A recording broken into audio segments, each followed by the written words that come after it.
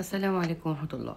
هنعمل مع بعض عرق تربيانكا أو العرق اللي بنعمل بيه اللحمة الباردة، لأن في ناس كتير طلبتها مني، بس للأسف هنا في إيطاليا يعني مفيش حد بيجيب العرق كده على بعضه. لأن هو طبعا غالي مش رخيص. فأنا بصراحة جبته عشان أجيب له أعمل لكم الوصفة دي. بس عندي العرق ما شاء الله يعني. هو طبعا مش عرق كامل، هو جزء من العرق. فجوزي ربنا يبارك له يعني جاب ايه اسمك حته في العرق، فاخدت وقت طول معايا. عندي خضار وعندي شويه ملح وفلفل وشويه زيت.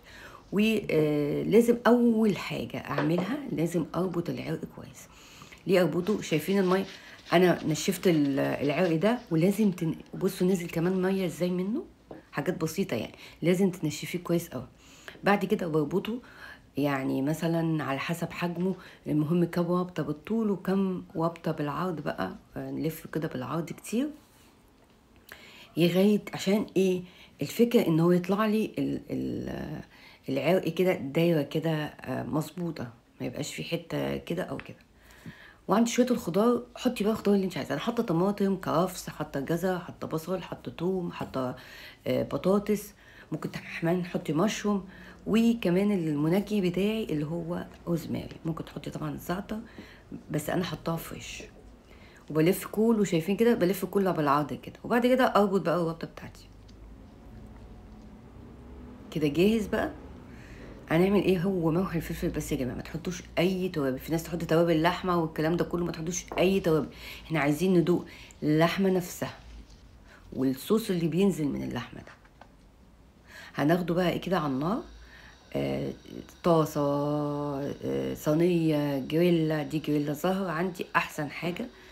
فشوية زيت، أنا ما احطش زيت زيتون ولا زبدة في الأول. ليه؟ عشان ما تحرقش الإيه، اللحم. بصوا يا جماعة، أنا نسيت مكون حلو قوي بستخدمه، المستردة. بدهن بيه بس الحمد لله أنا لحقته في الأول. آه بدهن بيه العرق كده كله كله كله. وابدا بقى ايه اشوحه، ياخد تشويحه حلوه، حمره كويس قوي من الجوانب، من كل الجوانب.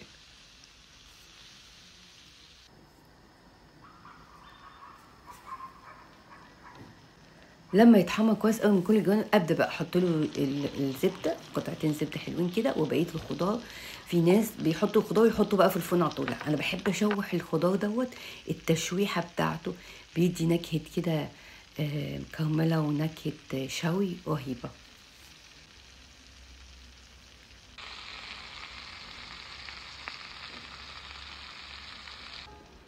او لو تيجوا تشموا الريحه، شايفين الكرمله او اللون الحلو بتاع الخضار ده، ومدي ريحه رهيبه.